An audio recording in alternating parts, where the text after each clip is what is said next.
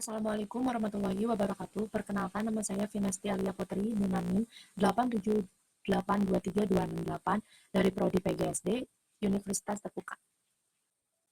Di sini saya akan mempresentasikan pilar-pilar pendidikan dalam Kamus Besar Bahasa Indonesia. Pilar artinya tiang penguat, pilar juga diartikan sebagai dasar atau pokok untuk mencapai pengetahuan dan pemahaman bagi individu secara fisik dan mental yang bebas dan sadar kepada Tuhan.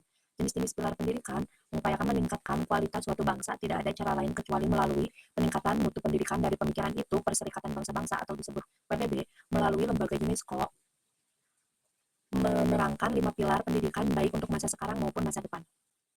5 pilar itu adalah learning to know, belajar untuk mengetahui, learning to do, konsep learning to do terkait bagaimana kita mendapatkan pendidikan sehingga mampu membekali siswa bekerja untuk mengisi berbagai jenis lowongan pekerjaan di masa depan, learning to be, belajar untuk menjadi manusia yang utuh, learning to live together, belajar untuk hidup bersama, learning to believe in God, belajar beriman kepada Tuhan Yang Maha Esa. Asas pendidikan menurut Ki Hajar Dewantara, saya mengambil dari Asas Tutwuri Handayani. Asas ini merupakan gagasan yang mula-mula dikemukakan oleh Ki Hajar Dewantara, seorang perintis kemerdekaan dan pendidikan nasional. Tutwuri Handayani mengandung arti pendidik dengan kewibawaan yang dimiliki, mengikuti dari belakang dan memberi pengaruh, tidak menarik-narik dari depan, memberikan anak mencari jalan sendiri, dan bila anak melakukan kesalahan, baru pendidik membantunya. Asas Tutwuri Handayani ini kemudian dikembangkan oleh Dr. Andes RMP Sostro Kartono, filosof dan ahli bahasa, dengan menambah 2 semboyan lagi yaitu Ingarso Sung Tulodo, Imadya Mangun Karso. Kini ketiga semboyan tersebut telah menyatu menjadi satu kesatuan asas masing-masing sebagai berikut. Ingar Susung Tulodo, jika di depan memberi contoh. Imadya Mangun Karso, jika di tengah membangkitkan kehendak. Tutwuri Handayani, jika di belakang memberi dorongan. Asas ini memberi kesempatan anak didik untuk melakukan usaha sendiri dan ada kemungkinan melakukan kesalahan tanpa ada tindakan hukum pendidik. Hal itu tidak menjadikan masalah karena menurut Ki Hajar Dewantara, setiap kesalahan yang dilakukan anak didik akan membawa pidananya sendiri karena tidak ada pendidik sebagai pemimpin yang mendorong datangnya hukuman tersebut. Dengan demikian, setiap kesalahan yang dialami peserta didik. Asas pendidikan menurut Ki Hajar, analisis, relevansi, dan penerapan prinsip. Setiap bangsa pasti memiliki cita-cita agar menjadi negara maju. Negara maju hanya dapat direalisasikan apabila sumber daya manusia di dalamnya mumpuni. Satu-satunya cara untuk membangun itu tidak lain dengan terus menunjukkan kelangsungan dan progresivitas. Tujuan pendidikan sekolah secara sederhana dapat didefinisikan sebagai tempat pengembangan potensi anak setelah mendapat informasi dari orang tua mereka. Pendidik hanya perlu membangun dan menyediakan sarana dan prasarana kebutuhan.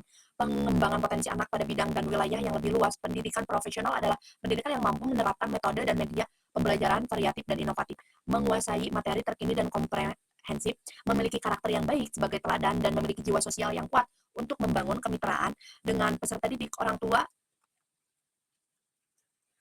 tua dan pihak lain yang dapat memberikan masukan peningkatan kompetensi pendidikan. Selain itu, literasi digital sebagai respon pengembangan kompetensi pedagogi dibutuhkan pendidikan agar mampu memberikan informasi aktual, praktis, dan mudah dimengerti oleh peserta didik.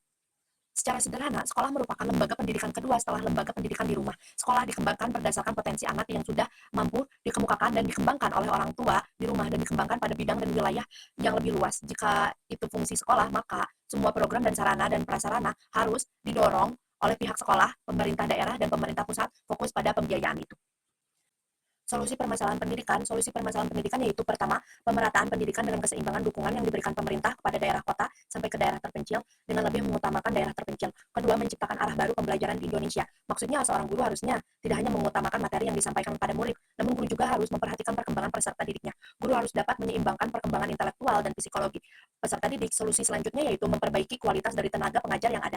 Tenaga pengajar harusnya menguasai beberapa kompetensi seperti kompetensi pedagogik, kompetensi kepribadian, kompetensi sosial, dan kompetensi profesional dengan menentukan kurikulum yang tetap dan tepat untuk dijadikan sebagai landasan bahan pengajaran kepada peserta didik. Ketiga, sarana dan prasarana yang disesuaikan dengan perkembangan zaman serta dunia kerja sehingga peserta didik siap bersaing di masyarakat. Keempat, wali murid dan peserta didik paham bahwa dalam mengenyam pendidikan disesuaikan dengan cita-cita sehingga jelas dan terarah.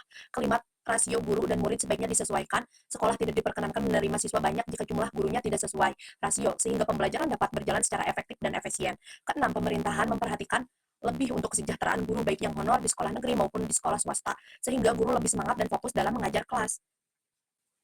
Saya Sekian akhiri presentasi dari presentasi saya. hari ini. Wassalamualaikum Terima kasih warahmatullahi kepada Bapak dan Ibu wabarakatuh. dosen. Sekian Wassalamualaikum presentasi dari saya. warahmatullahi wabarakatuh. Wassalamualaikum warahmatullahi wabarakatuh.